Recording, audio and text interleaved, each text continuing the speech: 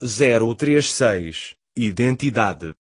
A autoidentidade em relação aos outros é um problema universal no homem. E este problema aumenta quando o homem vive numa sociedade complexa como a sociedade moderna. O problema da identidade é o sofrimento da vida do ego, sofrimento que o segue desde a idade em que se vê a si próprio em comparação com os outros. Mas o problema da identidade é um falso problema que deriva do facto de o ego, em vez de se realizar segundo si próprio, ou seja, segundo a sua própria medida, procurar realizar-se competitivamente contra outros egos que sofrem, de facto, do mesmo problema que ele. Enquanto o ego olha para além da sua cerca no solo do outro para admirar as suas flores, não vê que o outro está a fazer o mesmo a si próprio.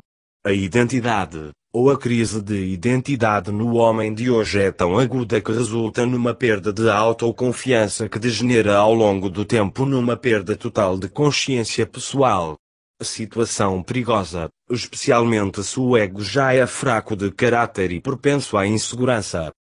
O problema da identidade, essa característica do ego de não se ver a si próprio como digno de si mesmo, é na realidade um problema de criatividade. Mas quando o ego é criativo, o problema da identidade não é, por si só, eliminado, pois o ego nunca está perfeitamente satisfeito consigo mesmo até ter percebido a ilusão do seu eu inferior. Assim, um ego de baixo estatuto irá experimentar o mesmo problema de identidade que um ego de estatuto superior, porque a comparação entre ele e outro só irá mudar em escala, mas permanecerá sempre presente, porque o ego está sempre num poder de melhoria. E não há fim para a melhoria que procura para si própria. Mas o autoaperfeiçoamento é uma cobertura sob a qual o ego se esconde para dar a si próprio alguma razão para viver feliz. Mas não sabe ele que todas as melhorias já são geradas por um corpo de desejo? O problema da identidade vem da ausência de consciência da verdadeira inteligência no homem. Enquanto o homem viver pelo seu intelecto, enquanto for apoiado nas suas opiniões apenas pela experiência sensorial, é difícil para ele substituir o que pensa saber ou compreender por um valor absoluto de inteligência não determinado pela experiência egocêntrica. Enquanto o homem desejar manifestar-se na vida para deixar a sua marca, ele sofre deste desejo. Se ele conseguir realizar o seu desejo, outro o empurrará pelas costas, e assim por diante. É por isso que, no homem, qualquer forma de derrota constitui para ele qualquer forma de crise de identidade, qualquer que seja o seu estatuto, porque o problema da identidade não é um problema de sucesso, mas um problema de consciência, ou seja, um problema de inteligência real. O homem, que descobre no decurso da sua vida que a inteligência real ofusca o intelecto, já começa a sofrer menos com o problema da identidade, embora ainda possa sofrer de uma ausência de criatividade real, igual ao que sente que pode manifestar.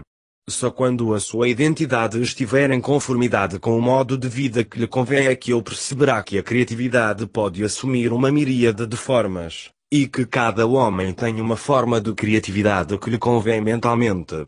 E desta forma ele pode viver em perfeita harmonia em termos do seu corpo de desejo e da sua inteligência criativa. Ser criativo não significa mudar o mundo, mas fazer algo perfeito para si próprio, de modo a que o mundo interior seja exteriorizado.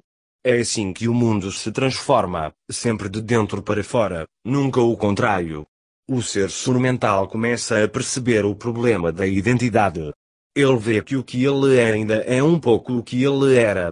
Mas ele também vê que à medida que o seu corpo muda, a sua consciência cresce e o problema de identidade desaparece lentamente, na superfície do que era anteriormente o ego inconsciente. A eliminação gradual do problema de identidade no ser surmental permite-lhe finalmente viver a sua vida como realmente a vê, e sentir-se cada vez melhor consigo próprio. Não há nada no homem que seja tão difícil a ponto de sofrer de identidade. Pois ele sofre de facto de formas ilusórias, ou seja, por razões que cria para si próprio, devido precisamente ao facto de não ser inteligente, ou seja, consciente da inteligência criativa dentro dele. Um dos efeitos secundários da identidade é vergonha em alguns casos, constrangimento noutros, e insegurança na maioria. Porque deveria um homem de boa moral sentir vergonha quando a vergonha é apenas uma reflexão social sobre a sua mente presa nas redes do pensamento social?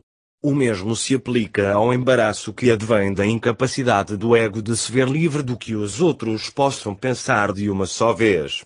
Se o ego envergonhado se livrasse do que os outros possam pensar, o seu embaraço desapareceria e poderia aceder mais rapidamente à sua verdadeira identidade, ou seja, aquele estado de espírito que faz com que um homem se veja sempre à luz do seu próprio dia. O problema da identidade provém da falta de centricidade no homem. E esta ausência diminui o poder penetrante da inteligência, que faz do homem um escravo do seu intelecto, daquela parte de si mesmo que não conhece as leis da mente ou os mecanismos do espírito. Para que o homem, deixado à sua própria experiência, careça de luz na sua inteligência e seja obrigado a aceitar a opinião dos outros sobre a natureza do homem. Se o homem se questiona, como é possível que outro homem o ilumine, se este outro homem se encontra na mesma situação que ele? Mas o homem não se apercebe disto, e o seu problema de identidade agrava-se de acordo com a pressão exercida contra o ego pelos acontecimentos. O ego na mente está sem dúvida preso pela sua forma de pensar que não está ajustada à sua inteligência real. E esta forma de pensar contradiz a realidade da sua inteligência, pois se percebesse a realidade da sua inteligência através da sua intuição, por exemplo, seria o primeiro a recusar a sua realidade, porque o intelecto não tem fé na intuição, considera-a como uma parte irracional de si mesmo. E como o intelecto é racional ou supostamente racional, qualquer coisa que se lhe oponha não vale a pena ser reconhecida como inteligência. E no entanto, a intuição é de facto uma manifestação de inteligência real, mas esta manifestação é ainda demasiado fraca para o ego compreender a sua importância e inteligência. Retira-se então para a sua racionalidade e perde a oportunidade de descobrir os mecanismos subtis da mente que podem lançar luz sobre o seu problema de identidade. Mas o problema da identidade deve permanecer com o homem, desde que o intelecto não se tenha libertado e o ego não tenha começado a ouvir-se a si próprio, internamente. Se o ego é sensibilizado para a natureza e forma da inteligência real dentro dele, ele ajusta-se pouco a pouco e faz-se cada vez mais uma morada nessa inteligência. Com o tempo, ele vai lá cada vez mais regularmente, e o seu problema de identidade desaparece, porque percebe que tudo o que pensava de si próprio era apenas uma deformação psicológica e mental da sua verdadeira inteligência, incapaz de ir além das altas paredes do seu raciocínio. Numa sociedade complexa, como a conhecemos, só a força interior do ego, a sua verdadeira inteligência, pode elevá-lo acima da casca da opinião e colocá-lo sobre a rocha da sua verdadeira identidade. E quanto mais a sociedade se desintegra, mais os seus valores tradicionais caem, mais o ego está em processo de perdição, porque já não tem um andaime social formal para enfrentar o fenômeno cada vez mais desconcertante da vida moderna. Mas o ego nem sempre está pronto para ouvir aqueles que lhe podem dar as chaves essenciais para compreender o seu próprio mistério. Pois já a sua deformação psicológica leva-o a questionar tudo o que não se coaduna com a sua forma subjetiva de pensar. É por isso que o ego só pode ser demasiado culpado pela sua recusa em ver mais longe, mas podemos fazê-lo perceber que embora não possa ver mais longe hoje, amanhã a sua visão irá alargar-se de acordo com o grau em que a energia o penetrar. Pois de facto, não é o ego que, através dos seus próprios esforços, ultrapassa a parede da sua identidade, mas a alma que o conduz através do sofrimento, ou seja, através da penetração da sua luz, para registar, para além do intelecto, a vibração da inteligência. e este choque vibratório torna-se o início do fim. Há egos menos orgulhosos que se abrem à realidade, porque já uma espécie de humildade os predispõe à sua própria luz. Por outro lado, há egos demasiado orgulhosos para que esta luz, esta rede fina, possa passar por ela.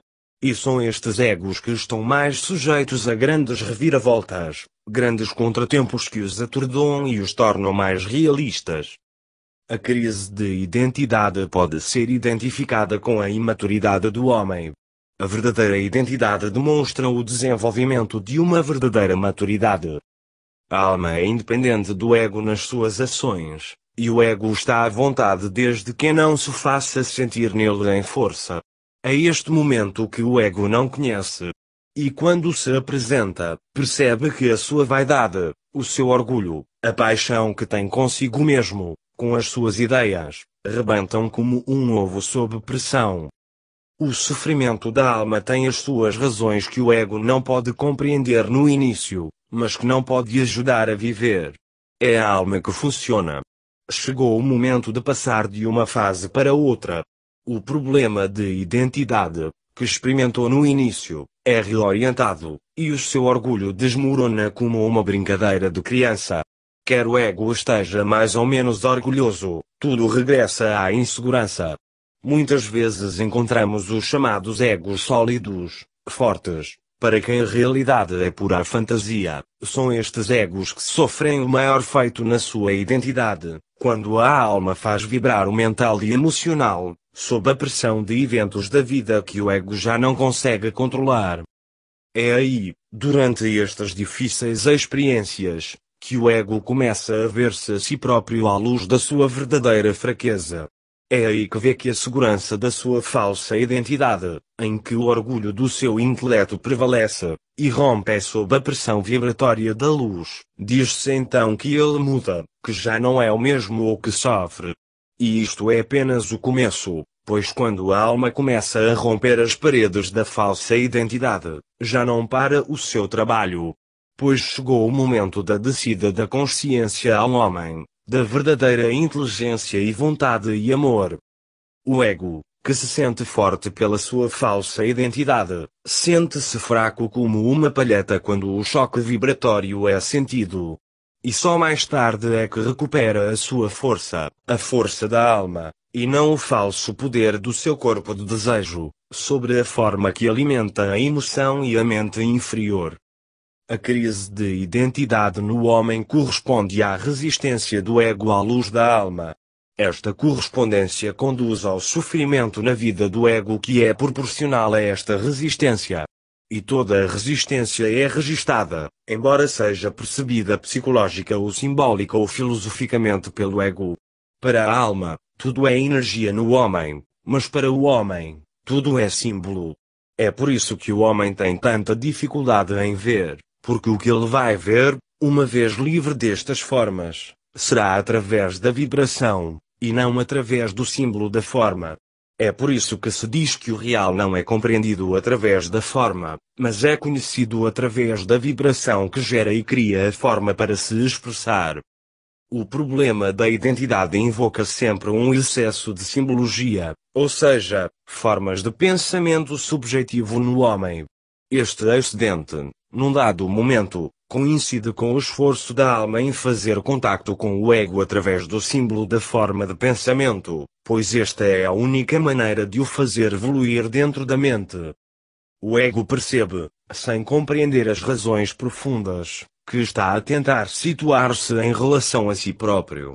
Mas como ainda é prisioneiro dos seus pensamentos de forma, das suas emoções, acredita-se no seu movimento, Ou seja, ele acredita que este processo de investigação emana apenas dele. E este é o seu calcanhar de Aquiles, porque o ego está na ilusão do verdadeiro e falso, na ilusão do livre-arbítrio. Quando a energia da alma penetra e rompe a barreira da falsa identidade, o ego percebe então que o objetivo já não é ter razão, mas ter acesso à sua verdadeira inteligência. Começa então a compreender. E o que compreendo não é compreendido por aqueles que não estão na mesma inteligência, seja qual for a sua boa vontade. Pois tudo está fora do símbolo, tudo é vibratório. O problema da identidade é inconcebível quando o ego e a alma se ajustam um ao outro, pois o ego já não puxa a capa, manta, de realidade do seu lado, enquanto a alma trabalha do outro. Há correspondência entre os dois, e a personalidade é o beneficiário. Pois a personalidade é sempre a vítima do fosso entre a alma e o ego. Enquanto o problema de identidade existir no homem, ele não pode ser feliz. Pois há divisão na sua vida, apesar de a sua vida material na superfície parecer estar a correr bem. Só pode realmente ir bem na proporção da unidade de si próprio. A crise de identidade no homem moderno só atinge vantajosamente aqueles que já sofreram retrocessos suficientes para despertar neles um grande desejo de equilíbrio. Mas este desejo de equilíbrio só pode ser perfeitamente realizado quando o ego tiver posto de lado os seus instrumentos de tortura para manipular a fina energia da alma. Na área da vida humana onde se encontra uma grande espiritualidade, a crise de identidade pode ser tão aguda, se não mais, do que onde não se encontra aquela grande sensibilidade do ego a esse algo interior que inexoravelmente o empurra para uma espiritualidade cada vez mais grande, cada vez mais procurada, e finalmente cada vez mais imperfeita. Aqueles que pertencem a esta categoria da humanidade têm de ver que todas as formas, mesmo as mais elevadas, as mais belas, encobrem a verdadeira face da alma, pois a alma não é do plano do ego, ela vê infinitamente, e quando o ego se prende demasiado à forma, mesmo a forma espiritual, interfere com a energia cósmica que deve passar pela alma e elevar a taxa vibratória de todos os princípios inferiores do homem, para que ele possa tornar-se mestre da vida.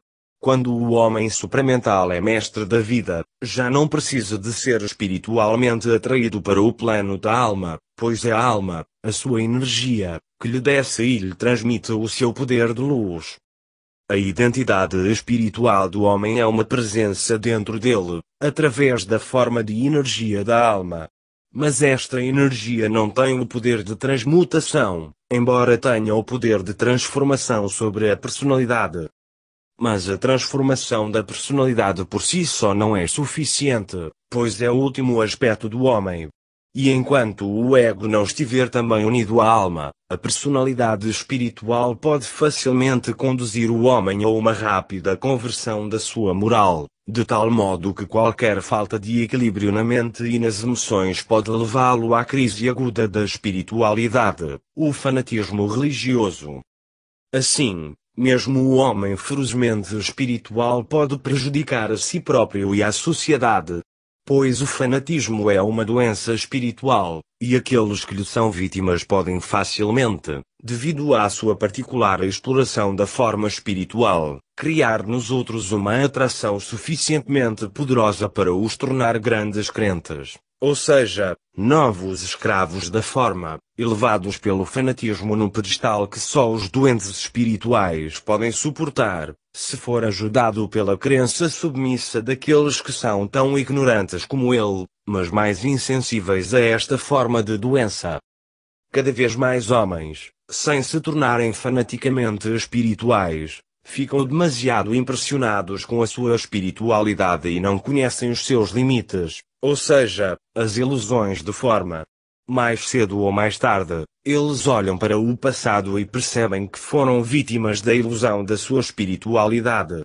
Depois atiram-se para outra forma espiritual, e este circo pode continuar por muitos anos, até ao dia em que, desgostosos da ilusão, saem dela para sempre, e percebem que a consciência está para além da forma. Estas pessoas têm a oportunidade de ir além dos limites da forma e finalmente descobrir as grandes leis da mente superior. A crise de identidade espiritual já não é possível para eles nesse momento. pois eles sabem por experiência própria que tudo serve à experiência da alma contra o ego, até ao dia em que o ego deixa a necessidade da experiência para conhecer apenas a consciência supramental dentro dele. A crise de identidade espiritual está a tornar-se cada vez mais a crise dos tempos modernos.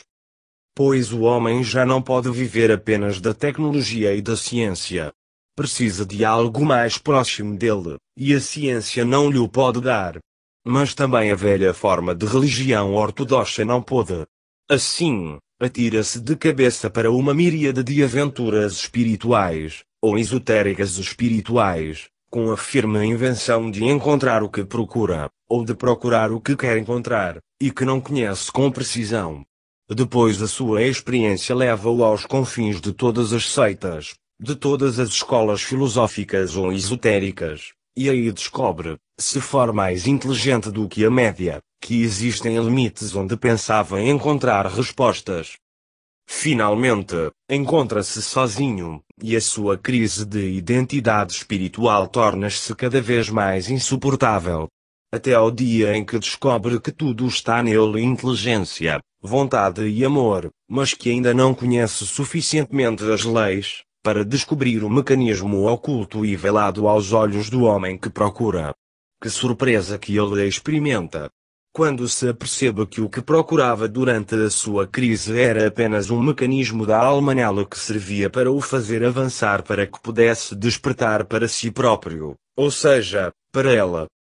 E quando esta etapa é finalmente iniciada, o homem, o ego do homem, desespiritualiza e começa a compreender a natureza da inteligência supramental nele que está a despertar, e falo reconhecer a ilusão de todos os homens que procuram fora de si, com as melhores intenções do mundo, e que ainda não perceberam que todo este processo faz parte da experiência da alma que usa o ego para o preparar para entrar em contacto vibratório com ele.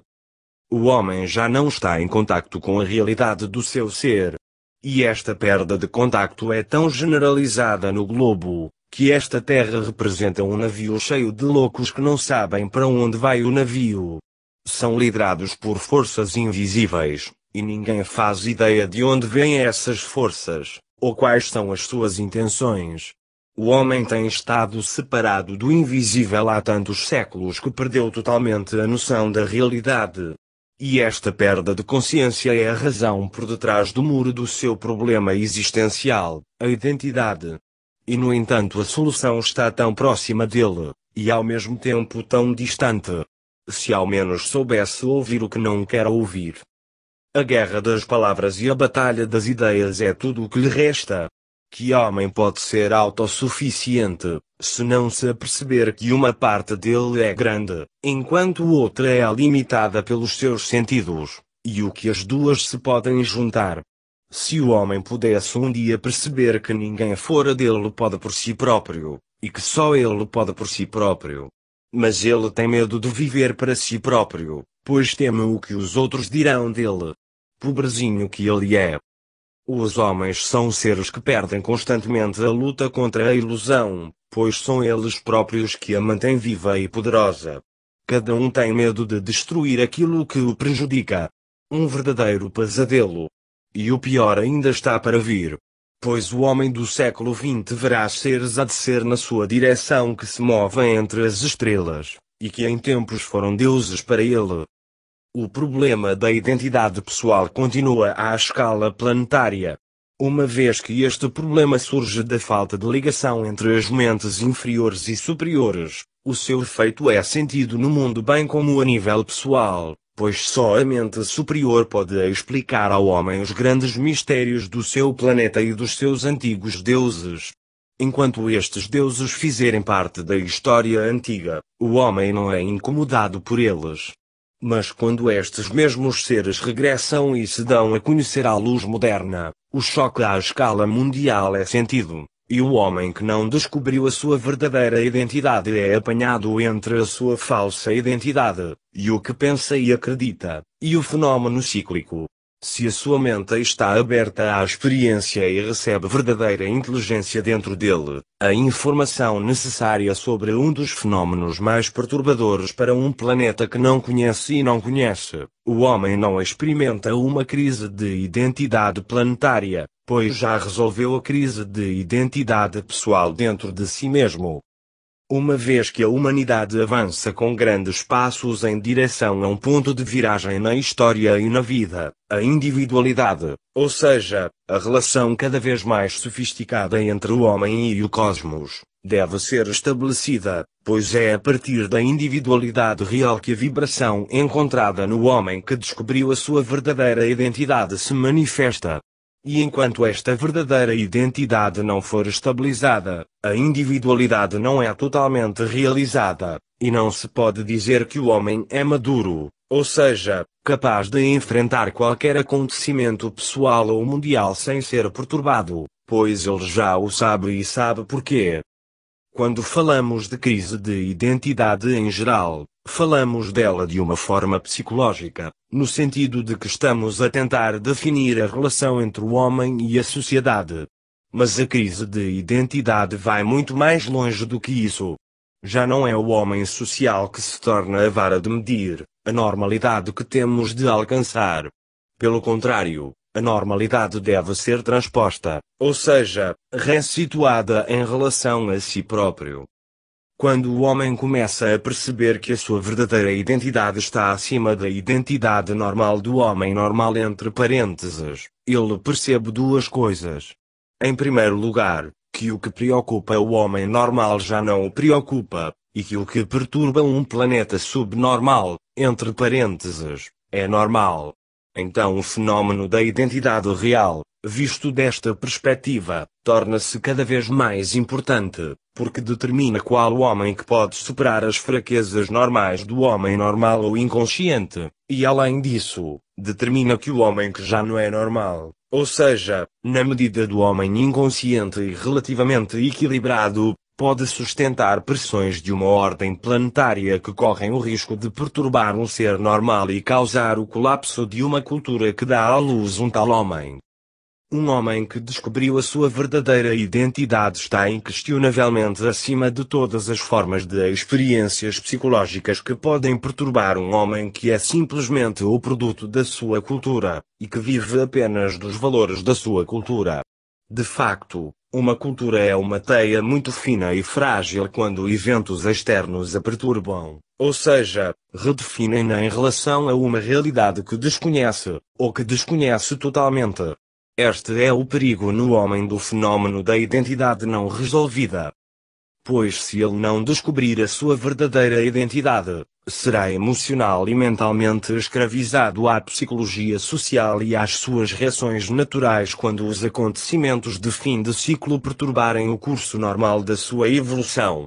É aqui que o homem deve estar livre de reações sociais individuais, para que possa viver a experiência de acordo com um modo universal de compreensão. Apenas a identidade real corresponde ao homem real e à inteligência real. Só a verdadeira identidade pode sem dificuldade interpretar os acontecimentos cósmicos de acordo com uma inteligência desligada das emoções limitantes do homem. O problema da crise de identidade nos seres humanos é muito mais um problema de vida do que um simples problema psicológico. As categorias psicológicas que o homem procura compreender na sua busca de si próprio já não são adequadas para aqueles que descobrem a sua verdadeira identidade, porque já não têm o mesmo interesse na vida que tinha quando lutava consigo próprio. A sua verdadeira identidade, tendo preenchido todos os cantos do seu ser, encontra-se perante um eu que se encontra alojado noutra dimensão da sua mente, uma dimensão ou plano energético que não pode ser associado por imitação porque é totalmente independente das categorias psicológicas formadas pelas estruturas emocionais e mentais do homem inconsciente sem identidade real. O fenômeno da crise de identidade é um sofrimento para o homem, pois ele nunca poderá ser perfeitamente feliz dentro de si mesmo, consigo mesmo, o que ele procura incessantemente. Para ele, ser feliz é uma experiência que ele quer viver permanentemente. Mas ele não percebe que para ser o que chama feliz, deve sentir-se bem consigo próprio, ou seja, ser capaz de se sentir em perfeita harmonia interior sem que o mundo exterior seja capaz de perturbar essa harmonia. Não se apercebe que a vida não se distingue enquanto não tiver o poder interior para perfurar o pano de fundo que lhe dá a sua cor. Um homem que descobriu a sua verdadeira identidade já não vive a mesma vida que costumava viver. As cores mudaram, a vida já não tem o mesmo apelo, é diferente em todos os níveis. Pois é diferente da outra vida anterior na medida em que é o verdadeiro indivíduo o que determina as suas possibilidades, em vez de estas lhe serem impostas categoricamente pela cultura em que está enraizado. A vida do homem que descobriu a sua identidade representa uma continuidade que se perde no tempo e já não tem um limite, ou seja, um fim. Esta tomada de consciência já está a intervir no modo de vida e no modo de criatividade da vida. Enquanto o homem sofrer de identidade, enquanto não tiver contacto com a inteligência real dentro dele, só poderá prover às suas necessidades. Quando está na luz, já não tem de prover às suas necessidades, pois já conhece, por vibração, o caminho da sua vida, e este conhecimento permite-lhe gerar a energia criativa necessária para as suas necessidades. A categoria psicológica de sobrevivência desvanece-se para dar lugar a uma energia criativa que utiliza todos os recursos do homem e os torna disponíveis para o seu bem-estar. Para que o homem possa ultrapassar o seu problema de identidade, deve ocorrer dentro dele uma mudança de valores do plano psicológico para o plano da inteligência pura. Embora os valores psicológicos contribuam para a sua crise porque estão limitados aos seus sentidos, ao seu intelecto que interpreta o material sensorial, ele precisa de uma regra de medição que não esteja sujeita à aprovação do seu intelecto. É aqui que, pela primeira vez, surge nele uma espécie de oposição a algo que o penetra e que não pode impedir no seu movimento. Quando o movimento é iniciado, é a luz desta inteligência que é independente do seu ego e das suas quimeras. É aqui que esta deslocação de valores começa a ser sentida, resultando num sofrimento interior, suficiente para fazer penetrar a inteligência da luz de acordo com o que deve ser experimentado pelo homem desperto. A mudança de valores é apenas gradual, para permitir que o ego mantenha um certo equilíbrio. Mas com o tempo, forma-se um novo equilíbrio e o ego deixa de ser normal, socialmente falando, é consciente. Ou seja, vê através da ilusão de forma enorme, e individualiza-se cada vez mais a fim de elevar a vibração dos seus corpos subtis, os rolamentos em que se baseará a sua individualidade e identidade real.